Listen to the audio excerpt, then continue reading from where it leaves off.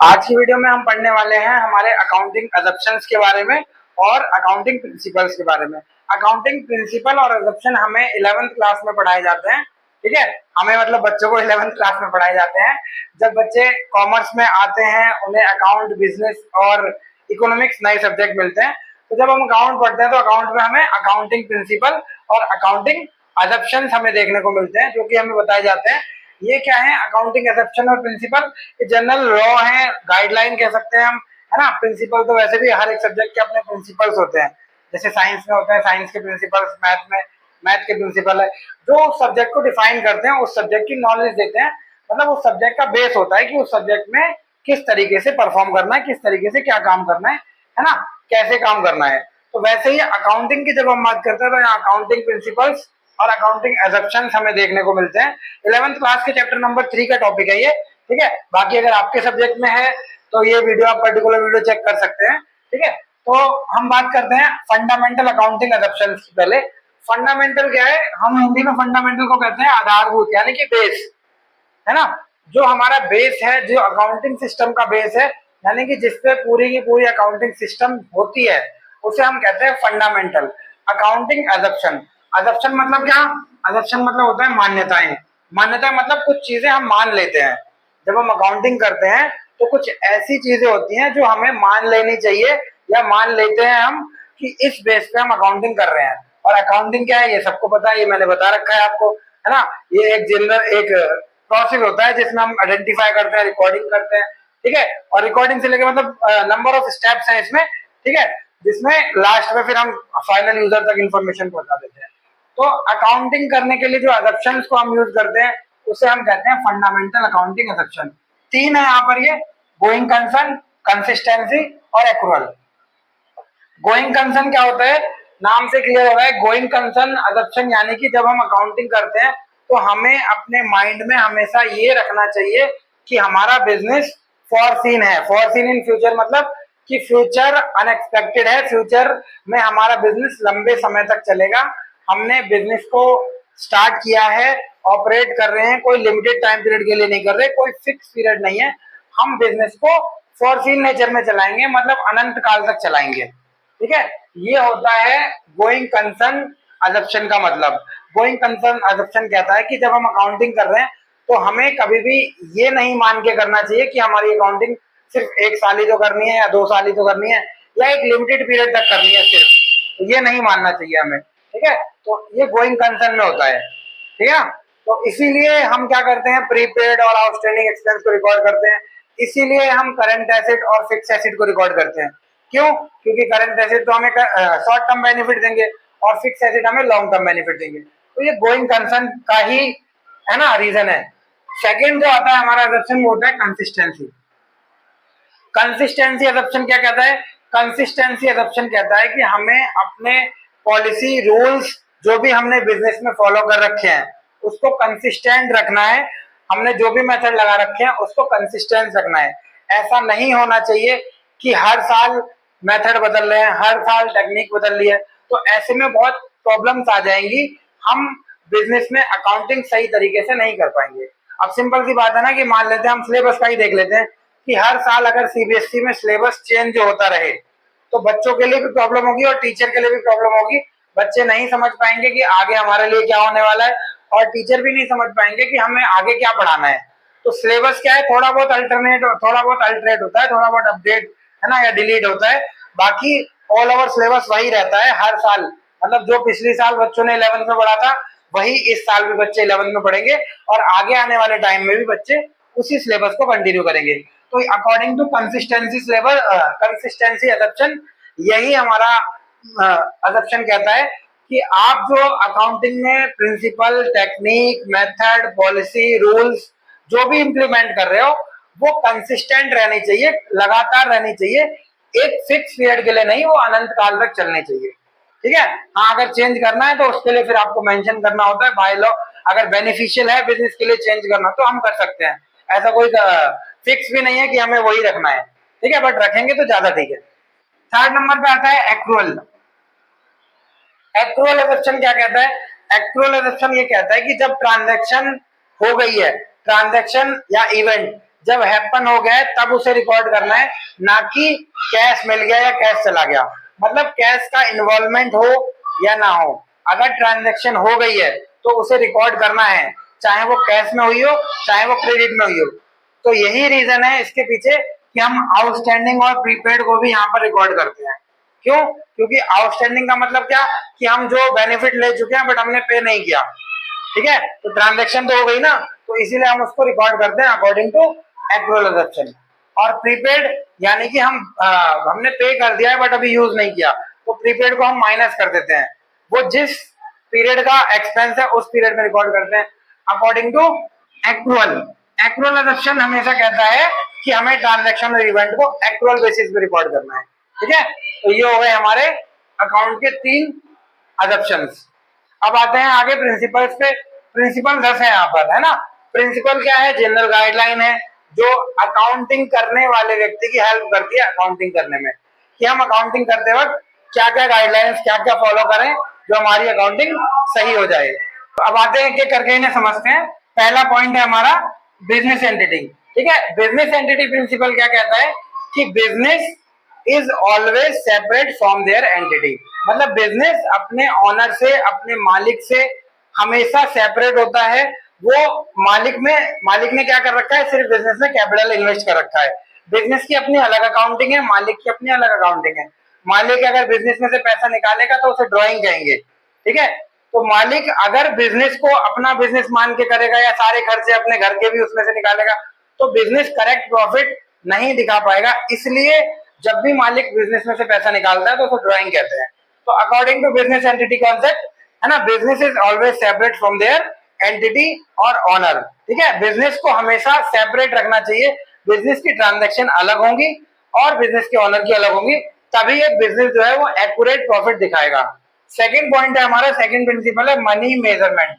Money measurement principle ये कहता है कि ऑल दोज थिंग्स और सर्विस, है ना, which are measurable in money will be recorded in accounting. मतलब वो सारी चीजें, वो सारे गुड्स सर्विस जो कि मनी में मेजर हो सकते हैं वो हम क्या करते हैं, अकाउंटिंग में रिकॉर्ड करते हैं, ठीक है। जो मनी में मेजर नहीं हो सकता वो नहीं रिकॉर्ड होगा। ये एडवांटेज भी है और लिमिटेशन भी है।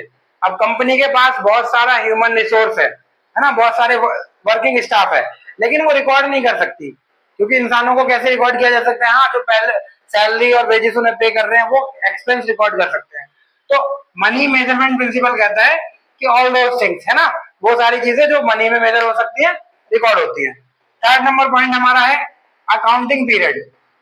अकाउंटिंग पीरियड प्रिंसिपल क्या कहता है कि हमारे बिजनेस की लाइफ बहुत लंबी है ना। अब बिजनेस की लाइफ लंबी है तो हमारी अकाउंटिंग जो हम कर रहे हैं उसकी भी लाइफ बहुत लंबी है, क्योंकि जब तक बिजनेस है तब तक अकाउंटिंग है। उस अकाउंटिंग को हमने क्या कर रखा है, पीरियडिकली डिवाइड कर रखा है, period wise period. Normally 1 period जो होता है वो 1 ईयर का होता है, एक पीरियड 1 साल का। उस पीरियड में हम अकाउंटिंग का क्या करते हैं, डेवलपमेंट चेक करते हैं, अकाउंटिंग में एनालिसिस करते हैं कि कितना हमारा सेल हुआ, पिछले साल के अकॉर्डिंग कितना एसेट बढ़ा, लायबिलिटी कितनी बढ़ी, प्रॉफिट कितना हुआ, लॉस कितना हुआ। मतलब सारी की सारी बिजनेस की कंडीशन उस 1 साल में चेक की जाती है, उसे हम कहते हैं अकाउंटिंग पीरियड। जैसे हम खुद को भी देख ले कि हमारी जिंदगी जो है वो बहुत बड़ी है, हमारी लाइफ का कोई मतलब कोई टाइम पीरियड तो नहीं है कि हम इतने साल जिएंगे इतने साल। अब उस लाइफ को क्या कर रखा है, हमने ईयरली बांट रखा है। कभी हम 1 साल के थे, फिर 2 के हुए, फिर 3 के हुए, आज हम 17-18 के हैं, फिर 19-20, मतलब हर साल हम 1 साल बढ़ जाते हैं। तो वैसे ही अकाउंटिंग में भी है, अकाउंटिंग बहुत लंबे समय तक चलती है। तो एक फिक्स पीरियड का हमने प्रॉफिट और लॉस निकालना है, वो फिक्स पीरियड नॉर्मली 1 ईयर का होता है, 6 मंथ का भी हो सकता है, ठीक है। तो उसी को हम कहते हैं अकाउंटिंग पीरियड। अब आते हैं अपने नेक्स्ट पॉइंट पे, 4 number point, full disclose. Full disclose principle ये कहता है कि हमें अकाउंटिंग में, जब हम अकाउंटिंग कर रहे हैं, जब डाटा को हम रिकॉर्ड कर रहे हैं, तो हमें सारी चीजें प्रॉपर तरीके से डिस्क्लोज करनी चाहिए, ठीक है। अब डिस्क्लोज करने का मतलब ये है कि कोई भी चीज सीक्रेट नहीं होनी चाहिए, है ना। जब हम फुल डिस्क्लोज की बात करते हैं तो क्या मतलब, छोटी से छोटी इंफॉर्मेशन और बड़ी से बड़ी इंफॉर्मेशन तो करनी है, मतलब कोई भी इंफॉर्मेशन सीक्रेट नहीं होनी चाहिए जो कि अकाउंटेंट के माइंड में है बट उसने रिकॉर्ड नहीं की। मतलब कुछ भी एज्यूम नहीं करना, है ना। All things will be recorded in accounting books, तो according to full disclose principle. 5 number point आता है मेटेलिटी। मेटलिटी कॉन्सेप्ट क्या कहता है? मेटलिटी कॉन्सेप्ट कहता है कि छोटी से छोटी चीज जो कि हमारे बिजनेस पे फर्क डालती है, बिजनेस के प्रॉफिट और लॉस पे, है ना, इफेक्ट डालती है, उस चीज को हम रिकॉर्ड करते हैं कहाँ? बुक्स ऑफ अकाउंट में। ठीक है, जिसके होने या ना होने पे हमारे प्रॉफिट या लॉस में माइनर सा भी चेंज आता है। ठीक है, तो उस कॉमोडिटी को, उस प्रोडक्ट या सर्विस को हमें रिकॉर्ड करना होता है अकाउंटिंग की बुक्स में। अब जैसे मान लेते हैं एक बहुत बड़ी कैलकुलेशन है अकाउंटिंग की, उसमें एक नॉर्मल से कैलकुलेटर का यूज है ना, एक छोटा सा कैलकुलेटर जो है वो करोड़ों लाखों की कैलकुलेशन को सॉल्व करता है। तो उस कैलकुलेटर के एक्सपेंस को भी हमें लिखना है अपनी प्रॉफिट एंड लॉस अकाउंट में अकॉर्डिंग टू मेटलिटी कॉन्सेप्ट। क्योंकि अगर हमने उस कैलकुलेटर के एक्सपेंस को, जो कि नॉर्मली 50-100 रुपए का आता है, अगर हमने नहीं लिखा तो उसकी वजह से भी हमारा कहीं ना कहीं राउंड फिगर में प्रॉफिट कम ज्यादा हो सकता है। तो इसीलिए मेटलिटी कॉन्सेप्ट कहता है कि छोटी से छोटी चीजें हमें क्या करनी है? लिखनी है। ठीक है, तो ये हो गया हमारा 5 नंबर पॉइंट। 6 नंबर प्रिंसिपल पे आते हैं जो कि है प्रूडेंस। प्रूडेंस प्रिंसिपल कहता है कि हमें हमेशा फ्यूचर लॉस के लिए प्रोविजन बना लेना चाहिए। मतलब फ्यूचर इनकम के लिए प्रोविजन मत बनाओ। अगर फ्यूचर में कोई इनकम होने वाली है, प्रॉफिट होने वाला है, तो उसके लिए प्रोविजन मत बनाओ, उसके लिए खुशियां मत बनाओ। हाँ, अगर फ्यूचर में लॉस होने वाला है तो हम उसके लिए अभी से अलर्ट हो जाएंगे, अभी से अपनी तैयारी कर लेंगे।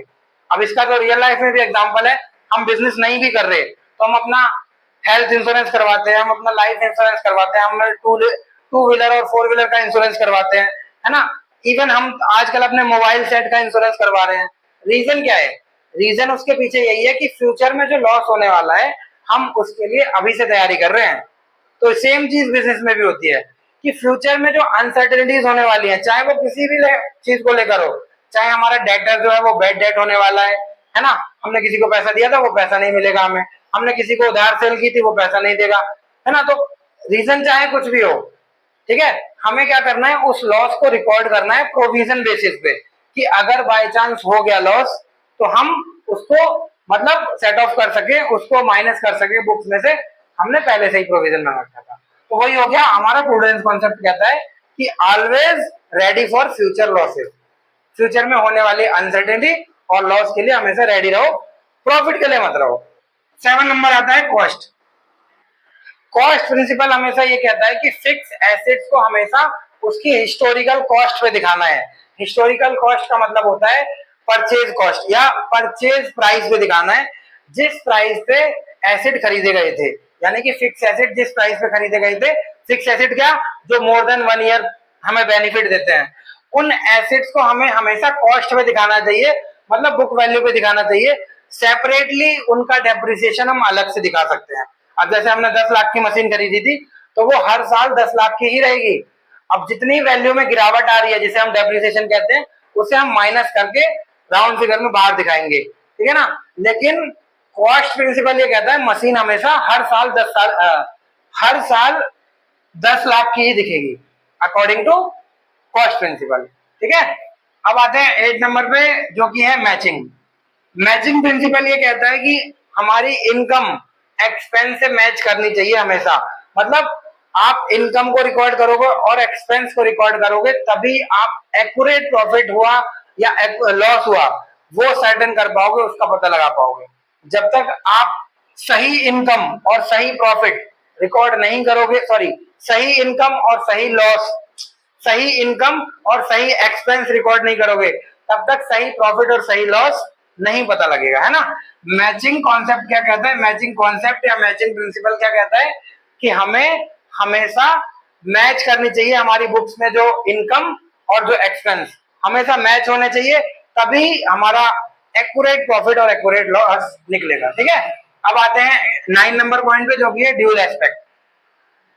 ड्यूल एस्पेक्ट ये कहता है कि there will be always a credit balance for all debit balance. मतलब कि जितने भी डेबिट बैलेंस हैं उन सबका कहीं ना कहीं क्रेडिट बैलेंस होगा, है ना। जब हम अकाउंटिंग में एंट्री करते हैं तो जितने अमाउंट से डेबिट करते हैं उतने ही अमाउंट से क्रेडिट करते हैं। अकाउंट अलग अलग हो सकता है पर अमाउंट का टोटल सेम होगा डेबिट में और क्रेडिट में, according to dual aspect. Dual aspect ही रीजन है जो लायबिलिटी और क्रेडिट, लायबिलिटी और एसेट्स हमेशा बराबर रहते हैं। क्यों? क्योंकि जितनी चीजें हम डेबिट कर रहे हैं यानी कि एसेट्स में रिकॉर्ड कर रहे हैं, उतनी ही चीजें हम क्रेडिट कर रहे हैं यानी कि लायबिलिटी में रिकॉर्ड कर रहे हैं।